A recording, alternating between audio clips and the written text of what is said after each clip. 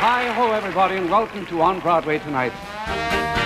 Throughout the 1950s, the new medium of television raided Broadway talent for its programs, just as Hollywood had done 2 decades earlier. The prestige and sophistication of Broadway musicals was one of the top attractions for millions of eager television viewers. Rodgers and Hammerstein musicals were so popular that when General Foods presented a 90-minute tribute, the special preempted all the Sunday night programs and was broadcast on the 3 major networks simultaneously.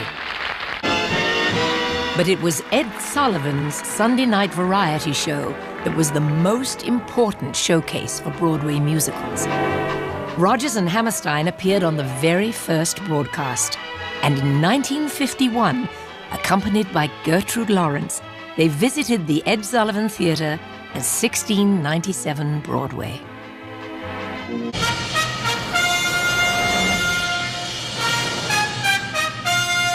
The late 1950s and early 1960s produced some of Broadway's most memorable musicals. Gypsy, starring Ethel Merman as an overbearing showbiz mother.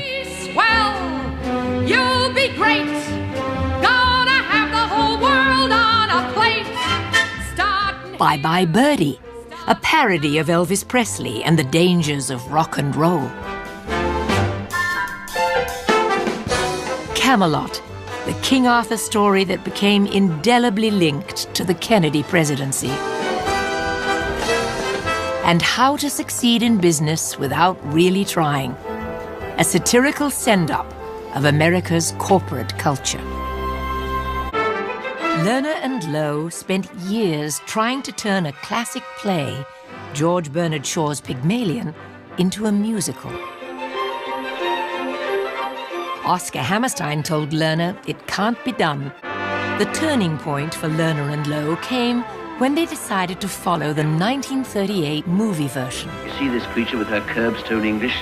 Well, sir, in 3 months I could pass her off as a duchess at an ambassador's reception. No. Their lyrics and music would bring romance into the story of a poor flower girl named Eliza Doolittle. All I want is a room somewhere far away from the cold night air. When My Fair Lady opened in March 1956, it was immediately hailed as a landmark of the American musical. I could have danced all night, I could have danced all night, and still have begged for more. Great opening nights was My Fair Lady, a classical breakthrough because it had intellectual content. I knew perfectly well I was seeing something greater of its kind that I'd ever seen before. Julie Andrews at 18 or whatever, coming back into the library, you know, exquisitely dressed and singing, I could have danced all night, I could have danced all night. Oh, that was tremendous. I could have danced.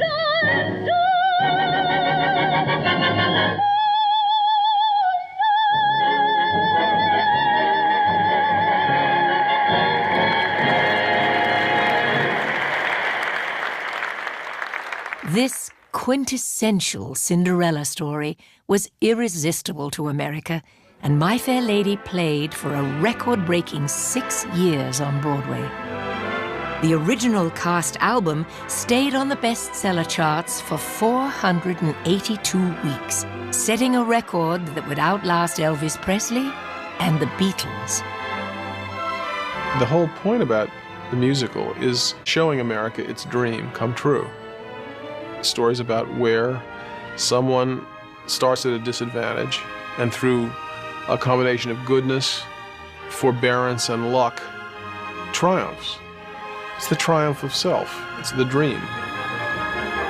That's what America is, and Broadway is always telling that story.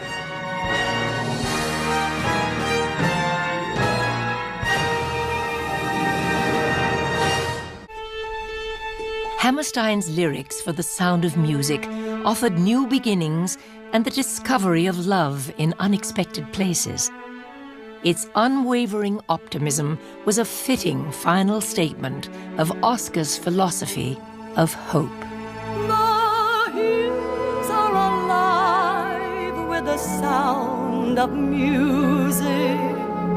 Audiences loved it, and the feature film was a blockbuster, reinvigorating the classic big-screen musical. Heart wants to beat like the wings of the birds that rise from the lake to the trees. During the show's tryout in 1959, the uplifting story was tempered by Hammerstein's failing health.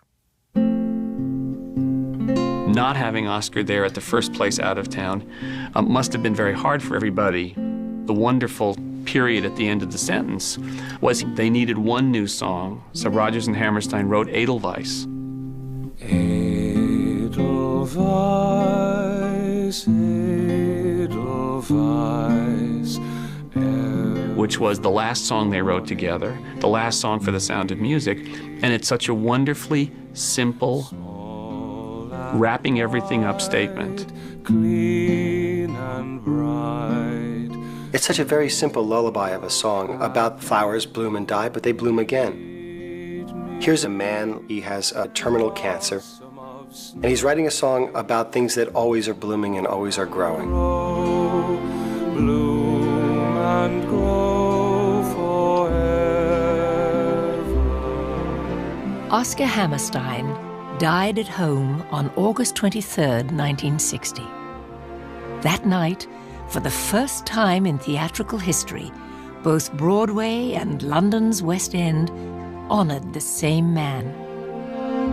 The lights in London were dimmed for 3 minutes in tribute, but in Times Square, traffic came to a complete halt, and the lights on Broadway were turned off completely. Bless my